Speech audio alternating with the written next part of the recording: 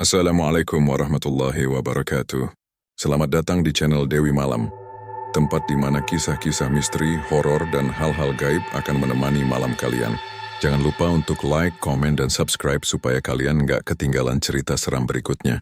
Siapkan diri kalian, Pattern Raw Cerit malam ini sudah menunggu. Sore itu, langit di kota kecil Banyuwangi berwarna oranye keemasan. Burung-burung beterbangan pulang ke sarangnya. Sementara angin membawa aroma tanah basah sisa hujan siang tadi. Di sebuah rumah besar bergaya Jawa modern, berdiri megah di tengah pekarangan luas, hiduplah sebuah keluarga yang dari luar tampak sempurna. Rumah itu milik Pak Tony, pria berusia 48 tahun, pengusaha sukses yang punya beberapa usaha, mulai dari restoran, toko bahan bangunan, sampai penginapan kecil di pusat kota. Namanya dikenal banyak orang, dihormati dan dijadikan panutan karena keberhasilannya membangun bisnis dari nol. Di sisi lain, ada Bu Sinta, istrinya yang berusia 39 tahun. Wanita cantik berkulit kuning langsat, anggun, dan selalu tampil rapi dengan pakaian mahal. Setiap kali keluar rumah, ia selalu menjadi perhatian tetangga. Senyumnya manis, tutur katanya halus, dan semua orang mengira ia adalah istri yang sempurna. Tapi di balik senyum itu, ada kekosongan yang dalam. Hari-hari Bu Sinta terasa hampa. Pak Tony semakin jarang pulang. Setiap pagi berangkat sebelum matahari terbit, dan baru pulang menjelang tengah malam. Kadang, 3-4 hari ia tak pulang sama sekali karena urusan bisnis. Saat datang ke rumah pun, tubuhnya lelah, wajahnya dingin, dan hanya sempat berbicara sedikit sebelum tidur. "Mas, besok kamu pulang cepat, ya? Aku pengen makan malam bareng," ucap Bu Sinta suatu malam dengan lembut. Tanpa menatap istrinya, Pak Tony hanya menjawab, "Lihat nanti, Sin, banyak urusan di kantor." Suara pintu kamar mandi tertutup pelan. Bu Sinta terdiam. Matanya berkaca-kaca menatap cermin besar di hadapannya. Wajah cantiknya terlihat sayu. Di sudut hatinya, timbul rasa marah yang perlahan berubah menjadi benci. Ia merasa seperti wanita yang disia-siakan. Padahal dulu saat baru menikah Pak Tony begitu perhatian. Kini semuanya berubah. Kehangatan itu hilang, digantikan oleh kesibukan, kesombongan, dan jarak yang tak terjembatani. Malam itu, Bu Sinta duduk di ruang tamu sendirian. Hujan mulai turun deras, petir menyambar beberapa kali, menerangi taman depan yang gelap. Lampu gantung bergoyang pelan karena angin malam yang dingin menusuk. Dari arah tangga terdengar suara langkah kaki pelan. Tok, tok, tok. Padahal anak-anaknya sudah tidur. Bu Sinta menoleh cepat. Tidak ada siapa-siapa. Ia menelan ludah. "Anak-anak?" Panggilnya lirih. Tak ada jawaban. Hanya suara hujan dan gelegar petir yang memantul di seluruh ruangan. Ia berusaha menenangkan diri dan menyalakan televisi. Tapi bahkan suara dari TV tak bisa mengusir rasa takut yang tiba-tiba muncul. Di tengah suara hujan itu, terdengar suara bisikan lembut, samar, di telinganya. "Sendiri lagi, Sinta?" Bu Sinta refleks menoleh ke belakang. Tak ada siapa-siapa, tapi bulu kuduknya berdiri semua. Ia mencengkeram ujung selimut dan berlari ke kamar, menutup pintu rapat-rapat. Malam itu ia tak bisa tidur. Setiap kali memejamkan mata, suara itu kembali terdengar. Kadang seperti suara laki-laki, kadang seperti suara dirinya sendiri yang bergema. Keesokan paginya, mata Bu Sinta sembab. Namun di hadapan anak-anak dan pembantu rumah, ia tetap tersenyum seolah tak terjadi apa-apa. Setelah mengantar anak-anak ke sekolah, ia duduk di ruang makan sendirian, menatap meja makan besar yang penuh sisa sarapan. Pikiran buruk mulai muncul. Ia membayangkan jika hidupnya tanpa Pak Tony, tanpa kekangan, tanpa kesepian. Tapi pikiran itu segera ia buang jauh-jauh. Sampai suatu hari saat ia berbelanja di pasar tradisional, nasib membawanya bertemu seseorang. Seorang pria bernama Mas Setio, berusia 35 tahun, yang baru saja membantu seorang ibu tua membawa belanjaan. Wajahnya tampan, tubuhnya tegap, namun ada sesuatu yang aneh di matanya. Tatapan yang tajam dan dalam, seolah bisa menembus isi hati orang. Mereka bertukar senyum singkat, lalu saling sapa. "Sendirian, Bu?" tanya Setio sopan. "Ya, suami lagi kerja," jawab Sinta sambil tersenyum canggung. Percakapan ringan itu berlanjut hingga mereka keluar pasar. Di depan parkiran, Sinta tersadar bahwa mobilnya mogok. Setio segera menawarkan bantuan membuka kap mobil, dan dalam beberapa menit mesin kembali menyala. "Terima kasih, Mas. Saya nggak tahu harus gimana kalau tadi Mas nggak nolong," ucap Sinta. Enggak apa Bu, saya senang bisa bantu. Kalau boleh saya simpan nomor Ibu? Takutnya nanti butuh bantuan lagi, katanya sambil tersenyum. Tanpa berpikir panjang, Sinta menyerahkan nomornya. Ia merasa ada sesuatu yang hangat di dadanya saat itu. Sesuatu yang sudah lama tidak ia rasakan. Malam harinya, saat hujan turun lagi, ponselnya bergetar. Pesan WhatsApp masuk. Sudah makan malam, Bu Sinta? Hujan begini enaknya ditemani ngobrol ya. Bu Sinta tersenyum kecil membaca pesan itu. Di saat rumah sunyi dan suaminya tak pulang, pesan itu terasa seperti hiburan yang menenangkan. Dari malam itu, percakapan mereka tak pernah berhenti. Hari demi hari Bu Sinta mulai berubah. Ia sering tersenyum sendiri, berdandan lebih rapi dan menunggu notifikasi pesan setiap waktu. Ia mulai melupakan ketakutannya di rumah. Meski kadang di sela-sela percakapan manis itu, suara langkah dan bisikan di rumah semakin sering terdengar.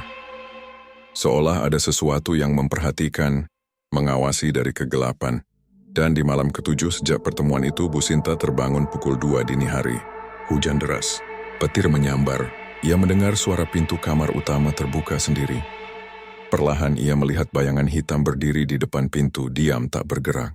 Bahu lebar, kepala menunduk, napas berat. Sinta terpaku, tubuhnya gemetar. Saat bayangan itu mengangkat kepala, wajahnya tampak samar diterpa cahaya kilat. Wajah Pak Tony, tapi dengan mata hitam seluruhnya, tanpa bola mata. Bu Sinta menjerit histeris. Tapi begitu lampu menyala, bayangan itu hilang. Yang tersisa hanyalah suara hujan dan aroma kemenyan samar di udara. Itulah awal dari malam-malam penuh dosa dan teror yang akan menjerat Bu Sinta ke dalam jurang yang tak pernah bisa ia duga. Pagi itu langit tampak mendung, seolah menyimpan firasat buruk. Angin berembus lembab, membawa aroma tanah basah yang menusuk hidung. Di halaman rumah megah milik keluarga Tony, Bu Sinta berdiri di depan kaca besar, merapikan rambutnya dengan cermat. Ia memilih gaun terbaiknya hari itu, warna merah marun dengan potongan elegan. Padahal tujuannya hanya ke pasar tradisional. Tapi entah kenapa, hari itu ia ingin tampil lebih cantik. Mungkin karena hatinya sedang kosong. Mungkin juga karena ada rasa aneh yang menuntunnya tanpa ia sadari. Sudah seminggu lebih Pak Tony tak pulang. Katanya sedang membuka cabang baru di kota tetangga. Telepon pun jarang dijawab. Sisi rumah sunyi. Anak-anak di sekolah dan para pembantu sibuk dengan urusannya masing-masing. Kesepian itu membuat Bu Sinta ingin keluar rumah, sekadar mengusir bosan. Ia membawa mobil sendiri menuju pasar. Namun di tengah jalan hujan turun tiba-tiba. Deras sekali. Jalanan licin, kendaraan saling menyalip tanpa arah. Sinta memelankan laju mobilnya, tapi tiba-tiba, dug, mobilnya mati mendadak di pinggir jalan. Mesin berasap, wiper berhenti, dan hujan makin menggila. Ia panik, menekan klakson beberapa kali, tapi tak ada yang berhenti. Hingga seseorang mengetuk jendela mobilnya dari luar. Tok, tok, tok. Sinta menoleh. Seorang pria berdiri di luar. Wajahnya basah kuyup, tapi senyumannya tenang. Pria itu mengenakan jaket hitam lusuh, matanya tajam namun teduh. Permisi Bu, mobilnya mogok ya? Katanya dengan suara berat tapi sopan. Sinta menurunkan kaca sedikit. Ayam Mas, tiba-tiba mati. Pria itu mengangguk. Coba saya lihat ya, saya bisa bantu. Tanpa banyak bicara, pria itu membuka kap mobil dan memeriksa bagian dalamnya dengan cekatan. Setelah beberapa menit, ia menyalakan mesin dan ajaibnya mobil kembali hidup.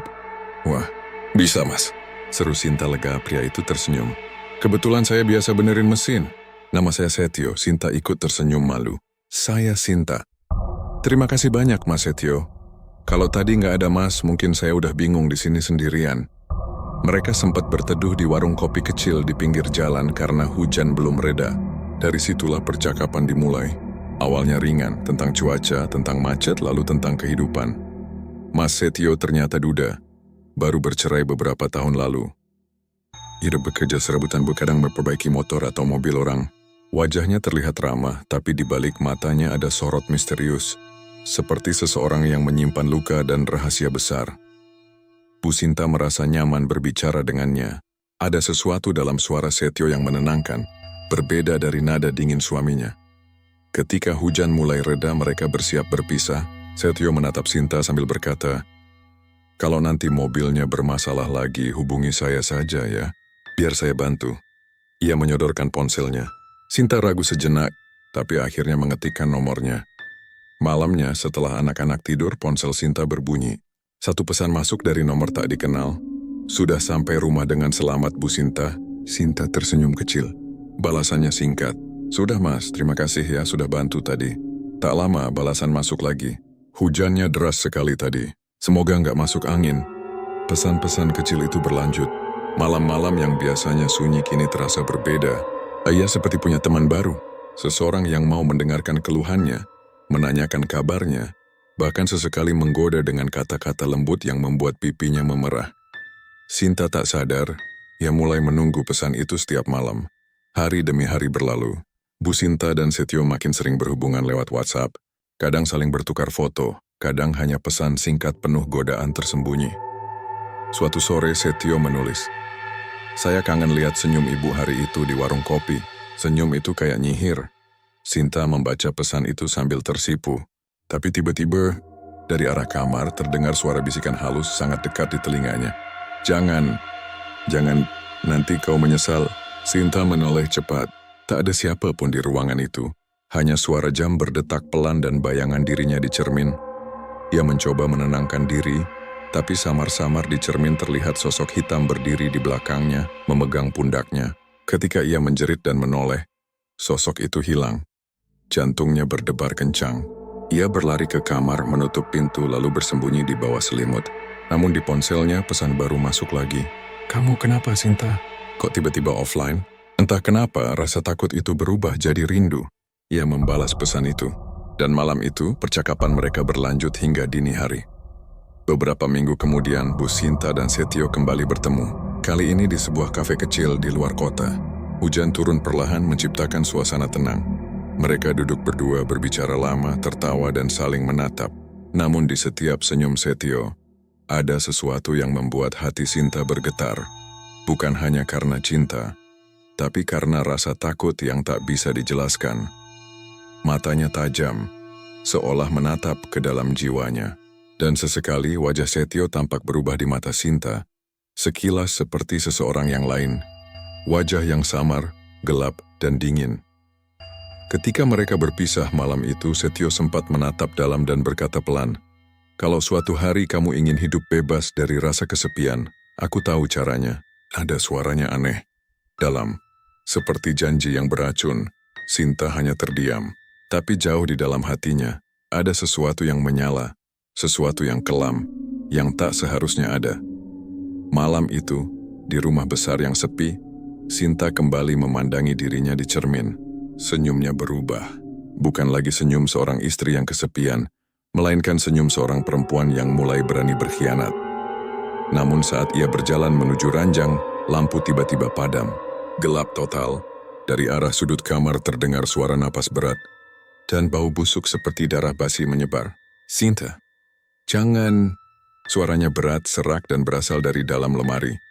Sinta berlari ketakutan, tapi ketika ia membuka pintu kamar, semua lampu rumah menyala bersamaan, dan di depan pintu, berdiri bayangan hitam yang wajahnya menyerupai Pak Tony. Mata hitam legam itu menatap lurus ke arahnya, lalu perlahan lenyap, meninggalkan hanya satu hal di lantai, setangkai bunga melati busuk. Malam itu, Sinta tak tahu bahwa sejak pertemuannya dengan Setio, pintu menuju kehancuran telah terbuka, dan sesuatu dari dunia lain mulai mengikuti setiap langkahnya, menunggu waktu untuk menagih dosa. Hari-hari berikutnya berjalan cepat seperti mimpi. Bu Sinta kini tak lagi sama. Ia bukan lagi istri lembut yang menunggu suaminya pulang, melainkan seorang perempuan yang mulai hidup dalam rahasia, dalam dosa yang ia rawat diam-diam. Pesan-pesan dari Mas Setio tak pernah berhenti. Tiap pagi, tiap malam selalu ada sapaan manis di ponselnya. "Pagi Sinta, sudah sarapan? Malam ini aku pengen ketemu kamu." Kata-kata sederhana, tapi bagi Bu Sinta rasanya seperti racun manis. Ia mulai ketagihan. Suatu sore saat hujan rintik turun, Sinta menatap ponselnya yang bergetar. Pesan dari Setio muncul. "Aku tunggu di penginapan dekat kebun kopi. Jangan bilang siapa-siapa." Dada Sinta berdebar. Ia tahu itu salah, tapi rasa sepi yang menumpuk di dadanya seperti mendesak keluar. Ia menatap foto keluarga di dinding. Wajah Pak Tony dengan senyum kaku di foto pernikahan mereka. Matanya terasa panas. "Sudah lama dia nggak lihat aku sebagai perempuan," gumamnya lirih. Dan malam itu Bu Sinta berbohong. Ia bilang pada pembantu rumah akan pergi ke rumah temannya untuk arisan. Ia mengenakan gaun hitam panjang, memakai parfum yang biasa dipakai saat dulu kencan dengan Pak Tony. Lalu pergi, dengan wajah bergetar antara ragu dan hasrat. Penginapan itu berada di pinggir jalan sepi, di dekat perkebunan kopi.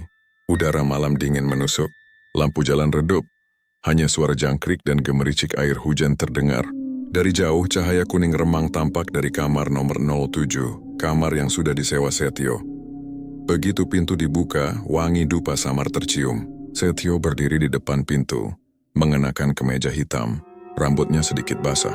Tatapannya dalam dan senyumnya menggoda. "Saya pikir kamu nggak datang," katanya pelan. Sinta hanya menunduk, tapi matanya tak bisa berbohong. Ada api yang menyala di sana. Malam itu mereka larut dalam pelukan yang tak seharusnya terjadi. Di luar, hujan turun semakin deras, petir menyambar, dan dari celah jendela, bayangan hitam menatap mereka dari luar kamar, diam, seperti sedang menyaksikan dosa yang terjadi di hadapannya. Saat Sinta terlelap di bahu Setio, ia bermimpi buruk. Ia melihat Pak Tony berdiri di kebun kopi. Tubuhnya pucat, wajahnya penuh luka, dan matanya memerah seperti darah.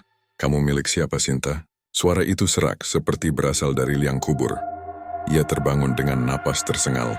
Tapi kamar itu kosong. Setio tak ada di sisi ranjang. Hanya ada suara langkah kaki berat dari kamar mandi. "Setio?" Panggilnya pelan, tak ada jawaban. Pintu kamar mandi perlahan terbuka sendiri, dan dari balik kegelapan muncul kepala Setio, menatap dengan wajah datar dan mata sepenuhnya hitam. Sinta menjerit keras, berlari keluar kamar, tapi ketika ia membuka pintu, ia sudah berada di halaman rumahnya sendiri. Hujan berhenti, ia berdiri di depan rumah dengan gaun yang sama, tubuh gemetar.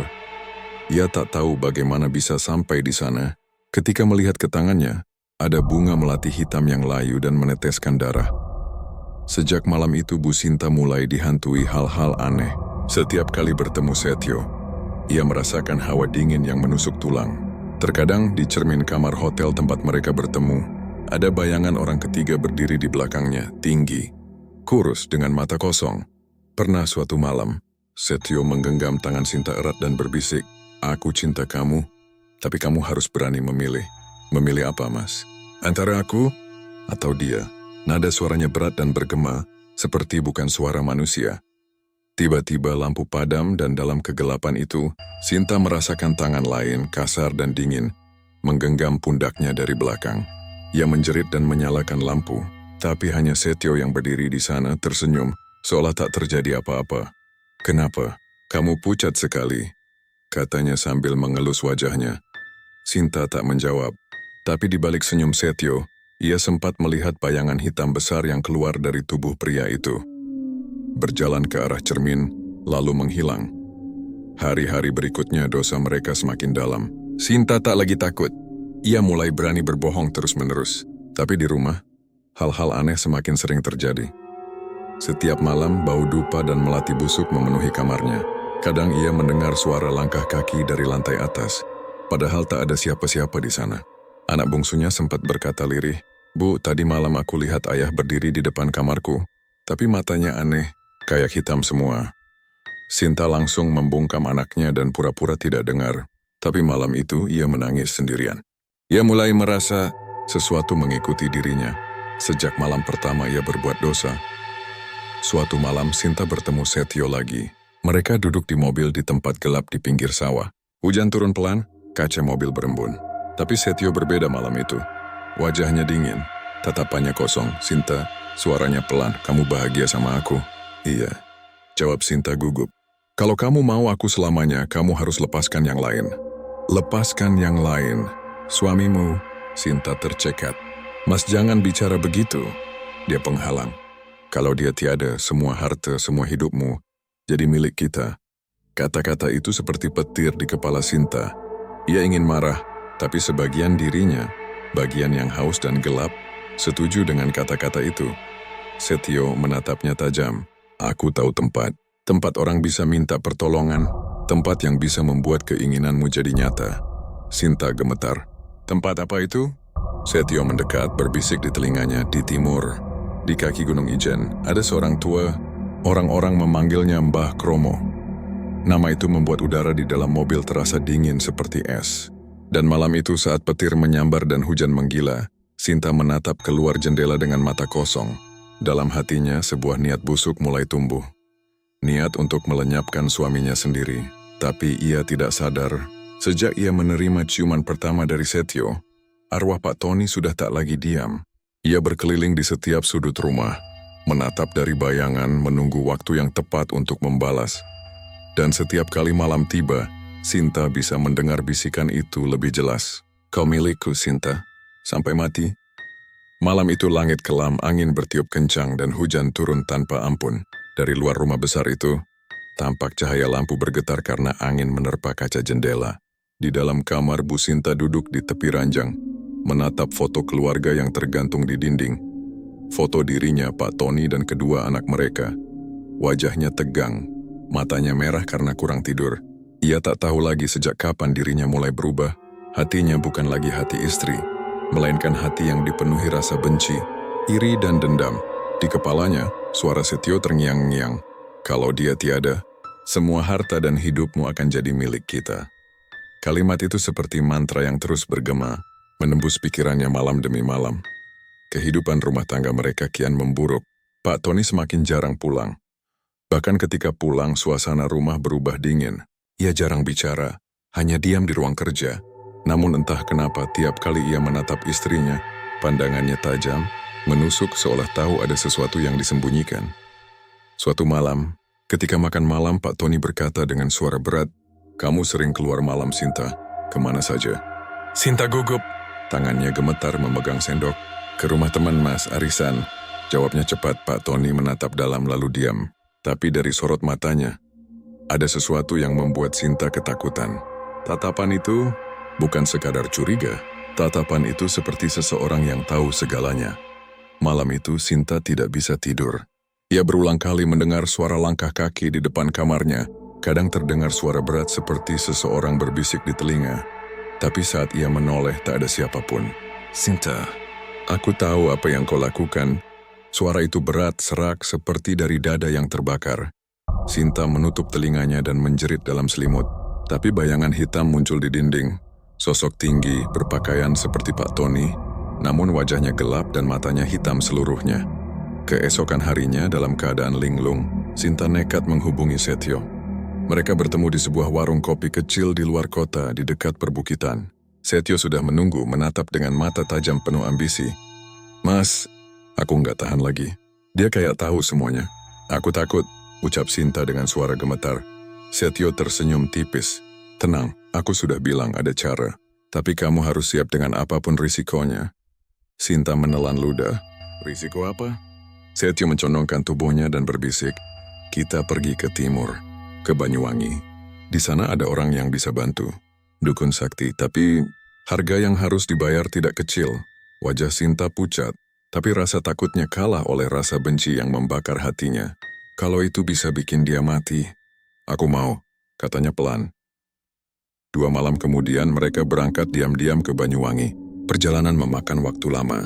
Jalanan gelap hanya diterangi lampu mobil. Hujan turun di tengah malam, petir menyambar di langit timur. Setio mengemudi tanpa bicara. Setelah beberapa jam, mereka sampai di daerah terpencil.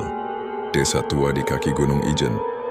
Di sana, kabut tebal turun, membuat suasana seperti dunia lain. Mobil berhenti di depan sebuah rumah kayu tua yang tampak seperti sudah ditinggalkan puluhan tahun. Dindingnya hitam karena asap, dan di depan pintunya tergantung tengkorak ayam yang sudah mengering. Sinta menahan napas. "Mas, ini tempatnya?" Setio mengangguk. "Iya, di sini tinggal Mbah Kromo." Dari dalam rumah terdengar suara aneh, seperti orang melantunkan mantra dengan bahasa yang tidak dimengerti. Aroma kemenyan dan darah ayam bercampur memenuhi udara. Setio mengetuk pintu 3 kali. Tak lama kemudian pintu berdiri terbuka. Muncul seorang pria tua kurus dengan rambut putih kusut, kulitnya legam, matanya tajam seperti ular. Ia tidak banyak bicara, hanya mempersilahkan mereka masuk dengan gerakan tangan. Di dalam rumah itu, ada tumpukan sesajen, foto-foto orang yang dibakar setengah hangus, dan botol-botol kaca berisi cairan merah tua.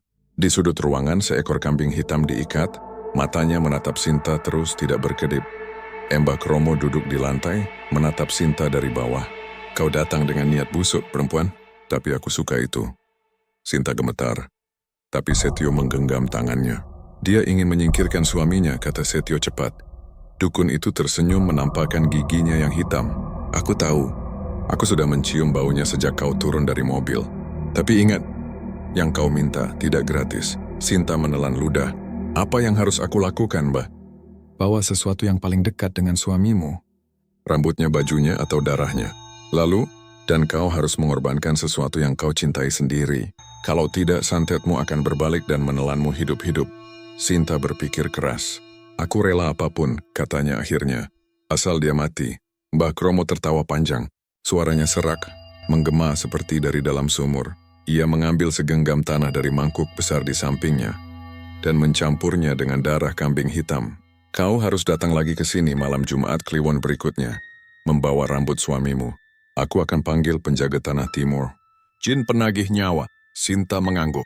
Tapi saat ia hendak keluar, dukun itu menatapnya tajam dan berkata pelan, ingat perempuan, kalau hatimu goyah sedikit saja, roh yang kau bangunkan tidak akan tunduk padamu. Ia akan mengambil semuanya, anakmu, kekasihmu, bahkan jiwamu. Hening, Sinta, dan Setio meninggalkan rumah itu dengan perasaan campur aduk. Di perjalanan pulang, hujan turun deras. Petir menyambar berkali-kali, dan entah kenapa setiap kali kilat menyala, Sinta melihat bayangan wajah Pak Tony di kaca mobil, menatapnya dengan mata kosong. Malam itu, Sinta tidak bisa tidur. Di tangannya masih tercium bau darah kambing dan dupa hitam dari rumah Mbah Kromo. Ia duduk di depan cermin, menatap wajahnya sendiri. Tapi di balik pantulan kaca, ada wajah lain. Wajahnya sendiri tapi pucat dan tersenyum jahat. Kau sudah memilih jalanmu, Sinta, bisik bayangan itu. Sekarang kau harus menuntaskan semuanya. Sinta menjerit dan memecahkan cermin itu dengan tangannya. Darah menetes di lantai. Dari celah retakan kaca terlihat samar bayangan Pak Tony berdiri di belakangnya tanpa kepala.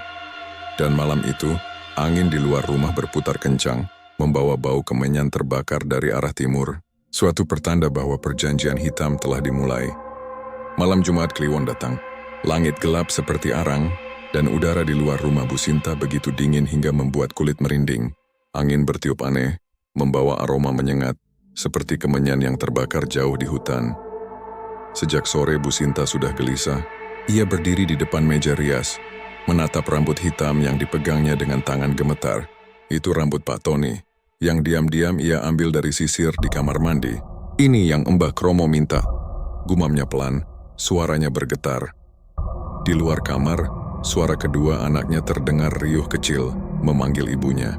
Tapi Sinta tidak menjawab, matanya kosong. Ia hanya memandangi rambut itu, seolah benda kecil itu adalah kunci menuju kebebasannya. Malam itu juga, ia kembali menemui Setio. Lelaki itu sudah menunggunya di depan rumah, mengenakan jaket hitam, wajahnya penuh ketegangan. Siap, Sinta? Tanyanya. Sinta mengangguk pelan. Aku siap. Malam ini dia harus mati. Mereka berdua menempuh perjalanan panjang menuju desa di kaki Gunung Ijen. Jalanan berkelok, diapit pepohonan rimba, kabut turun tebal menutupi pandangan. Ketika mobil berhenti di depan rumah kayu tua Mbah Kromo, suasana seolah membeku, tak ada suara jangkrik. Dan ada angin, hanya suara detak jantung Sinta yang terdengar jelas di telinganya sendiri. Pintu rumah terbuka perlahan tanpa disentuh. Dari dalam aroma kemenyan dan darah busuk menguar, menusuk hidung. Mbah Kromo duduk bersila di tengah ruangan, mengenakan jubah hitam lusuh. Di depannya terdapat patung batu berlumur darah ayam, dan sesajen berisi kepala kambing. Matanya terbuka lebar, tidak berkedip seperti menatap ke alam lain. Kalian datang. Suaranya serak, seperti dua orang bicara bersamaan. Sudah bawa rambutnya. Sinta menyerahkan rambut Pak Tony dengan tangan gemetar. Dukun itu mengambilnya, mencampurnya ke dalam mangkuk berisi tanah kuburan dan darah kambing hitam. Duduk di situ. Jangan bergerak apapun yang terjadi, katanya datar. Sinta duduk di lantai bersebelahan dengan Setio. Api di tungku kecil menyala, menari-nari. Dari luar, terdengar suara serigala hutan melolong panjang. Tanda bahwa malam Kliwon benar-benar telah datang. Mbah Kromo mulai melantunkan mantra dengan suara berat dan patah-patah. Bahasa yang tidak dimengerti tapi membuat bulu kuduk berdiri. Suara itu seperti datang dari perut bumi. bergetar di dada, membuat lampu minyak bergoyang. Tanah timur, tanah darah. Bangunlah penjaga malam, bangkitlah dari liang gelap. Ia menancapkan paku besi ke dalam boneka jerami yang sudah dilumuri darah. Dari mulutnya keluar uap putih tebal seperti asap. Lalu tiba-tiba api padam sendiri. Ruangan gelap total, Sinta menelan ludah. Dalam kegelapan itu terdengar sesuatu merangkak di lantai. Suaranya licin seperti ular. Aroma busuk tiba-tiba menyeruak. "Mbak, apa itu?" Bisik Sinta ketakutan dan Mbah Kromo tidak menjawab. Ia terus membaca mantra. Suaranya kini lebih keras menggema di ruangan sempit itu. Lalu terdengar suara tawa kecil dari arah pojok ruangan. Tawa perempuan. Lirih tapi menakutkan, Sinta menoleh cepat. Dalam kilatan cahaya petir yang menyambar dari luar, ia melihat sosok hitam merangkak di dinding.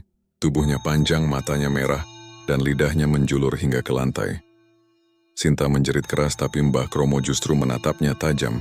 "Jangan takut. Itu yang kau panggil." Sinta membeku. Sosok itu perlahan mendekat, wajahnya berubah-ubah.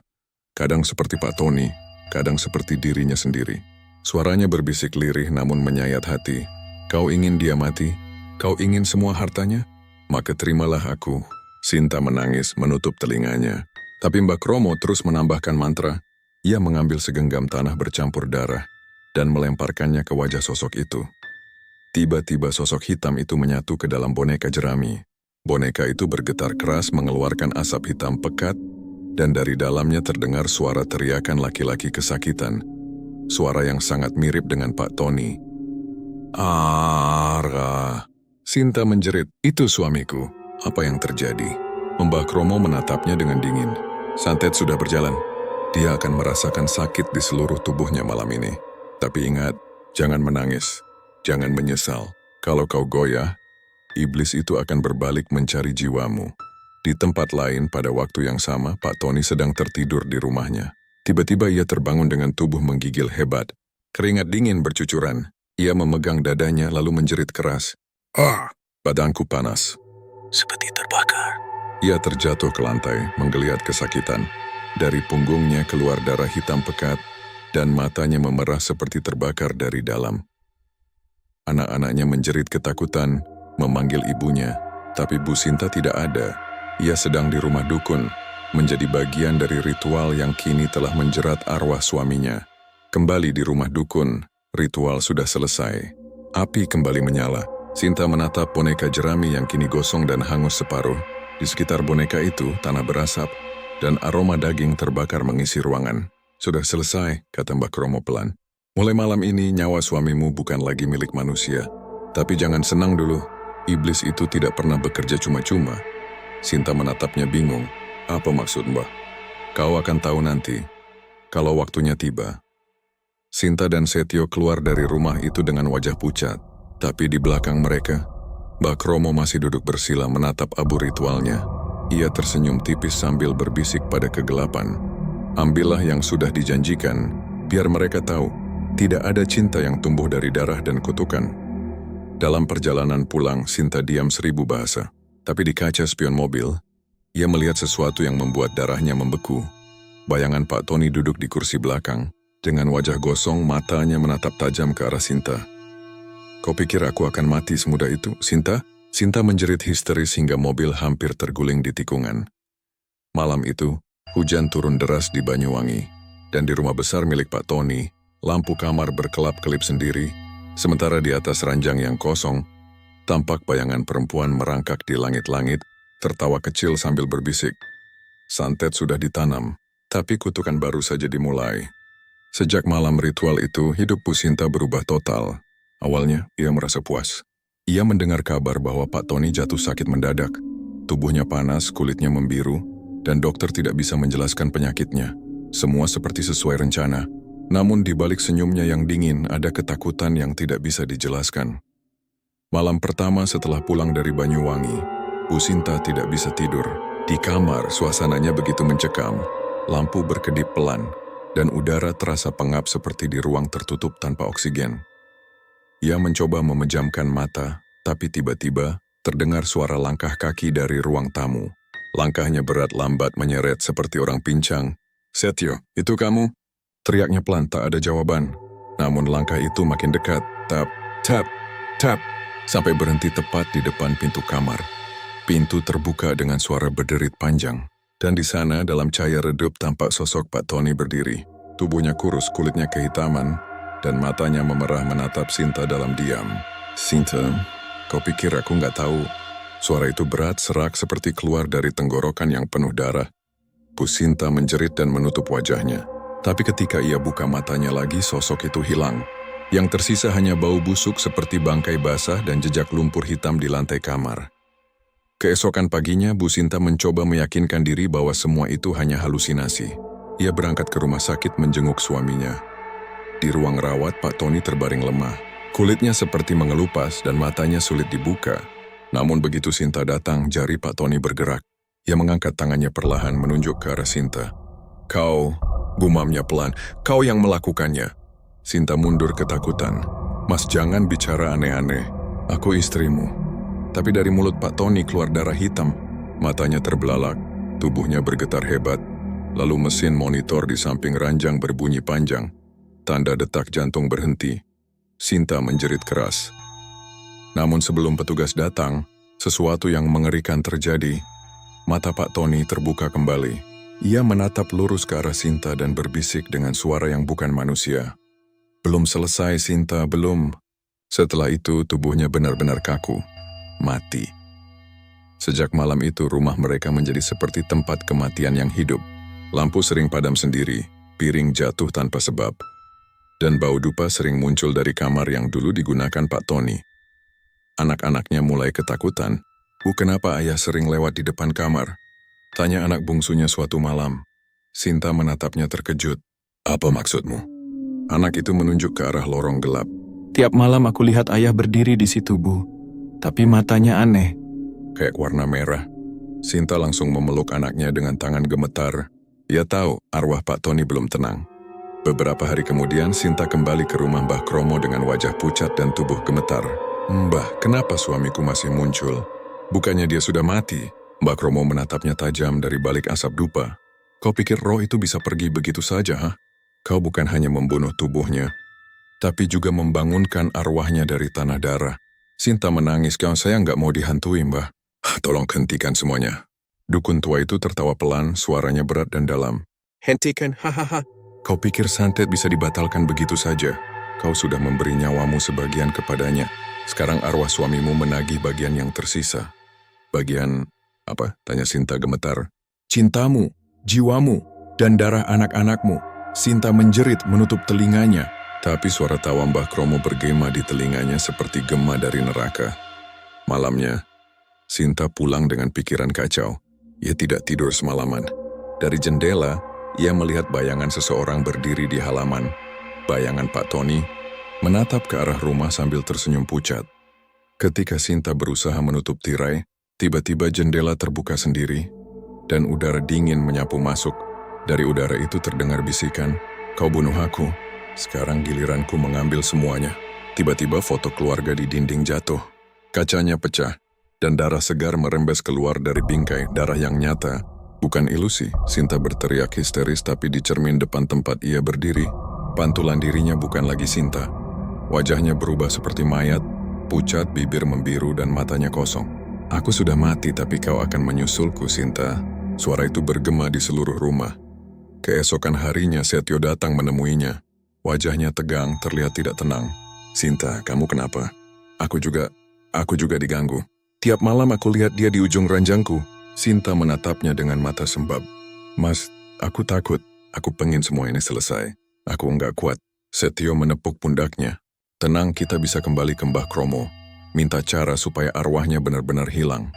Namun sebelum mereka sempat bicara lebih jauh, televisi di ruang tamu menyala sendiri. Di layar muncul wajah Pak Tony. Wajah hitam gosong, matanya menatap mereka dari balik layar. "Kalian pikir bisa kabur dariku?" TV pecah meledak, dan dari serpihan kacanya muncul bayangan tangan hitam yang menjulur keluar, berusaha meraih leher Bu Sinta. Mereka berdua menjerit dan lari keluar rumah tanpa menoleh. Malam itu, mereka memutuskan bersembunyi di rumah Setio. Tapi arwah itu tidak diam. Ketika Setio tertidur, Sinta mendengar suara berat dari dapur. Saat ia berjalan mendekat, ia melihat gelas-gelas jatuh sendiri, lalu darah mengalir dari wastafel. Tiba-tiba, di balik tirai dapur, tampak sosok hitam berdiri. Tinggi, kurus, wajahnya gosong dan matanya memancarkan cahaya merah menyala. "Sinta, kau milikku." Sinta menjerit sekencang-kencangnya. Tapi sebelum ia sempat lari, sosok itu menembus tubuhnya, membuat Sinta terjatuh dan menggigil keras. Tubuhnya dingin, matanya bergetar, dan dari mulutnya keluar suara berat seperti bukan miliknya. "Aku sudah kembali." Setio berlari menghampiri, tapi yang menatapnya sekarang bukan lagi Sinta, melainkan Pak Tony yang bersemayam di dalam tubuh istrinya sendiri. Wajah Sinta tersenyum aneh, dan dari bibirnya menetes darah. "Sekarang giliranmu, Setio." Malam itu rumah Setio penuh suara jeritan dan benda berjatuhan. Ketika pagi datang, tetangga menemukan rumah itu porak-poranda. Pintu terbuka lebar. Setio ditemukan di lantai dapur dengan mata terbuka lebar, lidah menjulur, dan wajah ketakutan. Sementara Bu Sinta hilang. Tak ada jejak, tak ada darah, tak ada tanda-tanda kemana ia pergi. Yang tersisa hanyalah bau dupa dan rambut hitam panjang yang berceceran di lantai, seperti sisa dari ritual hitam yang belum benar-benar berakhir. Malamnya, di rumah kosong milik Pak Tony, jendela terbuka oleh angin, dan di cermin kamar tampak bayangan perempuan berdiri di belakang pantulan. Bu Sinta. Ia tersenyum miring, menatap siapapun yang berani melihatnya. "Santet itu sudah kubayar, tapi nyawaku ikut ditarik bersamanya." Dari cermin itu perlahan muncul tangan hitam yang menyeret tubuhnya ke dalam kaca. Dan suara terakhir yang terdengar hanya, "Aku menyesal." Rumah besar milik keluarga Pak Tony kini sepi, ditinggalkan tanpa penghuni. Sejak kematian tragis itu, tak ada seorang pun yang berani mendekat. Warga kampung menyebutnya Rumah Sinta, rumah yang dikutuk, tempat di mana arwah haus dendam masih bergentayangan di setiap sudutnya. Setiap malam, dari jendela lantai 2, warga sering melihat bayangan perempuan berambut panjang berdiri menatap ke jalan. Wajahnya pucat, matanya kosong dan senyumnya dingin seperti mayat. Sebagian orang bersumpah mendengar suara perempuan menangis di kamar belakang, lalu berubah jadi tawa pelan yang menggema sampai dini hari. Namun tak seorang pun tahu bahwa roh Bu Sinta belum pergi. Ia masih terjebak di antara dunia orang hidup dan dunia arwah, karena kutukan santet yang ia buat sendiri belum lunas dibayar. Beberapa minggu setelah kejadian itu, rumah tersebut dibeli oleh keluarga muda dari Surabaya, Pak Bima, istrinya Bu Rani dan anak mereka Alia, gadis kecil berusia 7 tahun. Mereka tidak tahu apa-apa tentang masa lalu rumah itu. Yang mereka tahu rumah besar dengan harga murah di pinggir kota adalah keberuntungan. Hari pertama mereka menempati rumah itu, suasana masih biasa saja. Namun malam tiba, hawa berubah dingin luar biasa. Alia yang tidur di kamar lantai atas tiba-tiba mendengar suara ketukan lembut di jendela. Tok, tok, tok. Ia bangun, berjalan ke arah jendela dan melihat seorang perempuan berdiri di luar. Rambutnya panjang menutupi wajah. Pakaiannya lusuh seperti basah. Alia polos dan belum tahu apa-apa membuka jendela perlahan. "Tante siapa?" tanya Alia pelan. Perempuan itu mengangkat wajahnya perlahan. Kulitnya pucat kehijauan, dan dari mulutnya menetes darah hitam. "Nama aku, Sinta," bisiknya pelan. "Alia, boleh tante masuk?" Alia menatapnya bingung. Kenapa tante berdarah? Namun sebelum gadis kecil itu sempat menutup jendela, tangan perempuan itu menyusup masuk, dingin seperti es, dan memegang dagu Alia. Karena tante dulu disakiti, dan sekarang tante cuma mau berteman. Alia menjerit keras. Orang tuanya berlari naik ke lantai atas. Tapi saat mereka tiba di kamar, tak ada siapapun. Alia pingsan di lantai, sementara jendela terbuka lebar. Tirai berkibar pelan seperti disentuh angin malam yang aneh. Sejak malam itu, kejadian-kejadian menyeramkan mulai terjadi. Lampu sering mati mendadak, piring jatuh tanpa sebab. Dan setiap kali Bu Rani menatap cermin, ia merasa ada seseorang berdiri di belakangnya. Namun saat menoleh, tak ada siapapun. Suatu malam, Bu Rani terbangun karena mendengar suara perempuan menyanyi dari arah kamar mandi. Lagunya lembut tapi nadanya sumbang, seperti nyanyian anak kecil yang rusak. Ia berjalan perlahan menuju sumber suara, menahan napas. Ketika membuka pintu kamar mandi, lampu menyala sendiri dan di depan cermin, tampak seorang perempuan berambut panjang sedang menyisir rambutnya dengan sisir yang patah. Tubuh Bu Rani membeku. "Permisi, siapa kamu?" Perempuan itu menatap dari pantulan kaca. Wajahnya rusak di satu sisi. Kulitnya seperti terbakar, tapi senyumnya tetap tersungging. Aku yang dulu tinggal di sini, kau menempati rumahku tanpa izin. Tiba-tiba lampu padam. Gelap total. Bu Rani menjerit tapi tangan dingin mencengkeram lehernya dari belakang. Pergi, oi, sebelum semuanya ikut mati. Pagi harinya Pak Bima menemukan istrinya pingsan di kamar mandi dengan leher penuh bekas lebam jari. Ia panik memanggil ustaz kampung untuk datang dan memeriksa rumah itu. Ketika sang ustaz membaca ayat-ayat ruqyah, lampu rumah bergetar, lalu pecah satu persatu. Dari arah ruang tamu terdengar suara perempuan tertawa lirih. Kalian pikir bisa usir aku? Ini rumahku. Ini kuburanku! Tiba-tiba, lemari di ruang tamu terbuka sendiri dan semua barang di dalamnya berjatuhan. Dari balik lemari keluar tangan hitam berlumur darah yang menjulur ke lantai, diikuti aroma bangkai yang menusuk. Ustaz itu terus membaca doa, tapi suaranya mulai bergetar. Ini bukan arwah biasa, katanya lirih. Ini arwah yang mati karena perjanjian. Dia tak bisa diusir, kecuali seseorang menebus dosanya. Malam berikutnya, arwah Bu Sinta semakin kuat. Alia sering berbicara sendiri di kamar, kadang tertawa, kadang menangis. Suatu malam, Pak Bima mengintip dari celah pintu dan melihat Alia sedang duduk di lantai bersama sosok perempuan berambut panjang. Sosok itu menyisir rambut Alia sambil berbisik pelan. Kau mirip anakku, kalau aku masih hidup kau pasti kupeluk setiap malam. Pak Bima menerjang masuk, berusaha menarik anaknya, tapi sosok itu menatapnya dengan mata merah menyala. Kau yang menggantikannya, kau yang akan tinggal di sini. Semua lampu rumah padam, suara pintu membanting, benda beterbangan, dan suara tangisan Alia menggema di seluruh rumah. Ketika lampu kembali menyala, Alia sudah tidak ada. Yang tersisa hanya bekas jejak kaki kecil berlumur darah menuju arah kamar mandi, tempat di mana Bu Sinta dulu mati. Pak Bima histeris, memanggil bantuan, tapi tak ada yang bisa masuk rumah itu. Dari luar warga melihat rumah besar itu berguncang, seperti ada badai di dalamnya. Lalu dari jendela tampak bayangan perempuan menggendong anak kecil, berjalan pelan sambil menyanyi. Tidurlah sayang, jangan menangis, ibu akan menjagamu. Di dunia yang gelap ini, malam itu rumah itu kembali sunyi. Dan hingga pagi, tidak ada yang keluar dari sana. Keesokan paginya, warga memberanikan diri masuk. Rumah dalam keadaan berantakan tapi tak ada satupun jasad. Hanya cermin besar di ruang tamu yang anehnya masih bersih dan utuh.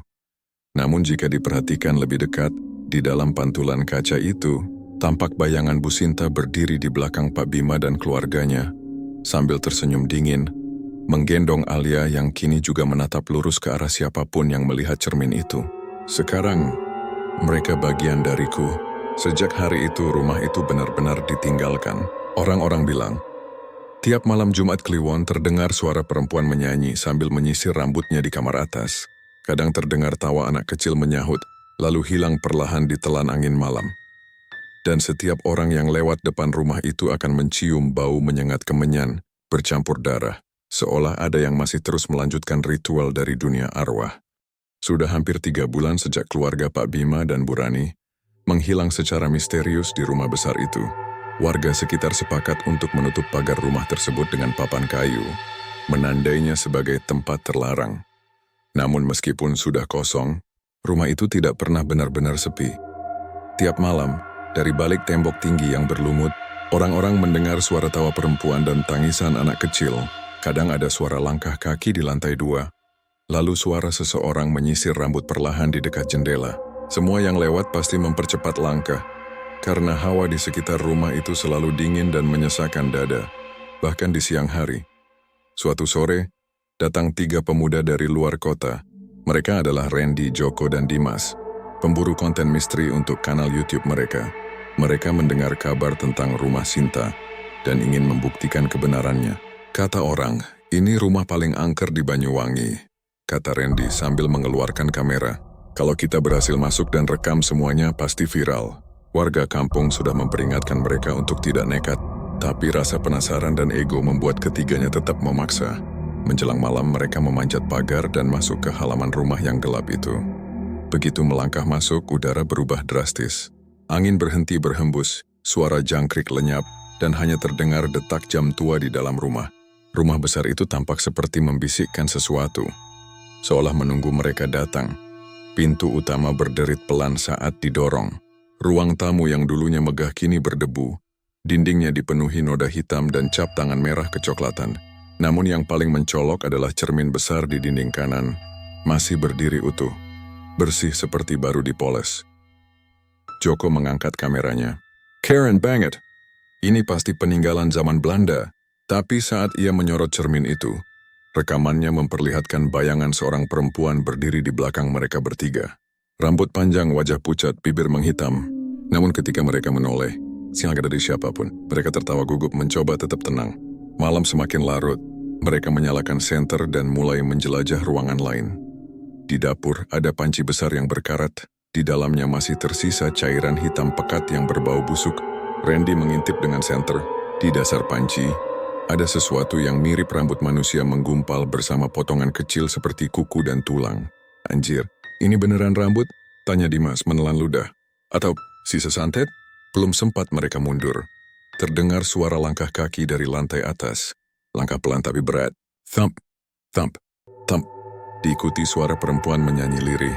Tidurlah sayang. Jangan menangis. Ibu datang. Membawakan mimpi. Mereka saling pandang dengan wajah tegang.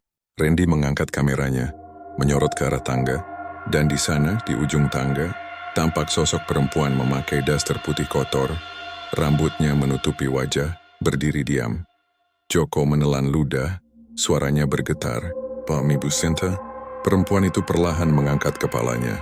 Matanya kosong, bola matanya hitam pekat seperti terbakar, darah menetes dari lubang hidungnya, mulutnya bergerak perlahan.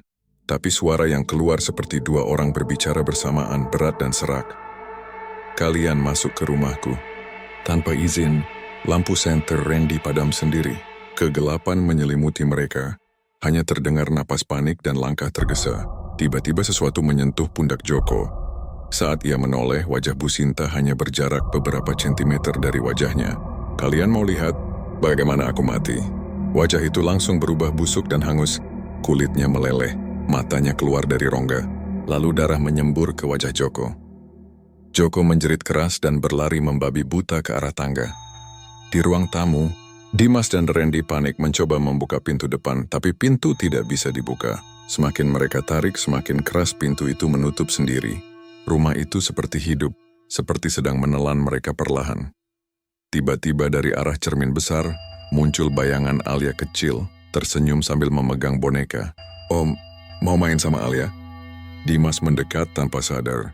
Saat ia melangkah ke depan, kakinya menginjak darah segar yang entah dari mana muncul. Dalam sekejap, tangannya terseret masuk ke dalam cermin. Ia menjerit histeris menarik dirinya sekuat tenaga, tapi semakin dia berontak, semakin dalam tubuhnya tertelan. Randy mencoba menariknya keluar, tapi hanya sempat menggenggam bahunya. Dan yang tertinggal di tangannya hanyalah potongan baju berdarah. Dimas hilang di telan cermin. Joko yang masih di tangga kini mendengar suara anak kecil menangis di kamar atas. Ia memberanikan diri naik. Saat membuka pintu, kamar itu kosong, kecuali sebuah tempat tidur kecil di pojok ruangan. Di atas kasur ada boneka tua berlumur darah dan lembaran foto keluarga Bu Sinta. Dalam foto itu tampak Bu Sinta, Pak Tony, dan dua anak mereka. Tapi di sudut bawah foto, Joko melihat bayangan hitam yang sama dengan sosok yang tadi mereka lihat di tangga. Tiba-tiba boneka itu menoleh sendiri ke arah Joko. Main sama aku, Om. Joko melempar boneka itu dan berlari ke arah tangga. Tapi langkahnya terhenti saat melihat Bu Sinta berdiri di bawah tangga. Menatapnya, tangan kirinya membawa pisau dapur berkarat. Dan di tangan kanan ia membawa kepala Dimas yang masih meneteskan darah. Kalian semua harus mati. Rumah ini butuh jiwa baru. Ia berlari ke arah Joko dengan suara jeritan menggema di seluruh rumah. Joko berteriak, terjatuh, dan tertusuk pecahan kaca cermin yang pecah dari dinding. Darah mengalir deras, matanya menatap kosong ke arah langit-langit. Kini hanya Randy yang tersisa. Ia memegang kameranya. Tubuhnya gemetar, wajahnya penuh darah dan debu. Ia mundur perlahan, mencoba melarikan diri. Tapi suara Bu Sinta terdengar di semua arah. Dari dinding, dari lantai, dari langit-langit. Kau pikir bisa keluar? Rumah ini sudah memilihmu. Semua pintu dan jendela tertutup rapat. Dari lantai muncul tangan-tangan hitam yang menarik kakinya. Menyeretnya ke bawah. Randy menjerit, kameranya jatuh ke lantai. Merekam detik-detik terakhir saat wajah Bu Sinta muncul di depan lensa, tersenyum. lalu meniup lilin di sampingnya. "Selamat datang di rumahku." Gelap total. Beberapa hari kemudian warga menemukan kamera di halaman belakang rumah itu. Ketika polisi memutar rekamannya, suara terakhir yang terdengar hanyalah tawa perempuan dan lagu Nina Bobo yang sama. Namun yang paling mengerikan, di akhir rekaman kamera merekam sebuah bayangan baru di jendela lantai 2. 3 sosok pria muda berdiri di belakang Bu Sinta, menatap ke arah kamera. Kini rumah itu tak hanya dihuni 1 arwah, tapi 4 arwah baru. Dan setiap bulan purnama selalu ada korban baru yang hilang di sekitar rumah itu. Rumah besar itu kini benar-benar menjadi kuburan hidup. 4 arwah baru telah menjadi penghuni tetap. Bu Sinta, Alia kecil, dan 3 pemuda yang mati mengenaskan di dalamnya. Tak ada lagi manusia yang berani mendekat, bahkan siang hari sekalipun. Namun suatu malam, suara gamelan dari arah rumah itu terdengar jelas. Sayup pelan, seperti ada yang sedang menggelar ritual kematian. Warga gemetar mendengarnya, dan kabar itu akhirnya sampai ke telinga seseorang. Mbah Wiryo, seorang dukun tua dari Jember yang dulu dikenal bisa menarik arwah pesugihan. Dialah yang pernah menolak permintaan Bu Sinta bertahun-tahun lalu ketika perempuan itu datang padanya dengan mata haus harta dan dendam. Mbah Wiryo tahu, ini bukan rumah biasa. Ia mengikat sarung, menyiapkan dupa, kendi air, dan sebilah keris kecil berbungkus kain putih. Arwah yang mati karena santet tidak bisa pergi sebelum tumbalnya ditebus. Gumamnya lirih. Dan Sinta telah menularkan kutukan pada setiap yang menyentuh tanah rumah itu. Menjelang tengah malam, Mbah Wiryo datang ke depan gerbang rumah. Angin berembus dingin, membawa aroma busuk seperti darah dan kemenyan basi. Dari dalam rumah terdengar suara perempuan menyanyi lirih dan tawa anak kecil bersahutan. "Sinta." Suara Mbah Wiryo berat dan tegas. "Aku datang bukan untuk melawanmu, tapi untuk melepaskanmu." Namun tidak ada jawaban. Hanya suara pintu yang terbuka sendiri perlahan, seperti mengundangnya masuk. Dengan langkah perlahan, ia masuk ke ruang tamu. Di sana, cermin besar masih berdiri tegak di dinding, bersih dan berkilau aneh. Tapi kali ini cermin itu berdenyut, seperti jantung yang berdetak pelan. Mbah Wiryo duduk bersila di lantai, menyalakan dupa dan mulai membaca mantra. Asap putih mengepul, menebar aroma tajam. Tiba-tiba dari cermin muncul bayangan Bu Sinta. Rambutnya terurai panjang, wajahnya hancur separuh, dan matanya menatap penuh kebencian. "Kau berani datang lagi ke rumahku, Wiryo? Kau menolak bantuanku dulu. Sekarang lihat, aku yang berkuasa." Suara Bu Sinta menggema seperti datang dari dasar sumur. Lantai mulai bergetar, dan dari bawah muncul darah hitam mengalir perlahan ke arah kaki Mbah Wiryo. Tapi dukun tua itu tetap tenang. "Sinta, rohmu terikat pada kematianmu sendiri. Kau dibunuh oleh kekuatan yang kau panggil. Jin yang dulu kau mintai santet tidak memihakmu. Ia hanya menunggumu mati agar bisa mengambil jiwamu." Bu Sinta tertawa keras. Suaranya serak dan menggema ke seluruh ruangan. "Kalau begitu biar kau ikut mati bersamaku." Semua pintu dan jendela menutup dengan keras. Dari arah dapur terdengar suara benda jatuh. Lalu dari tangga turun Alia kecil menatap Mbah Wiryo dengan mata kosong. Tangannya membawa boneka berdarah. "Kakek, jangan usir ibu. Nanti ibu marah."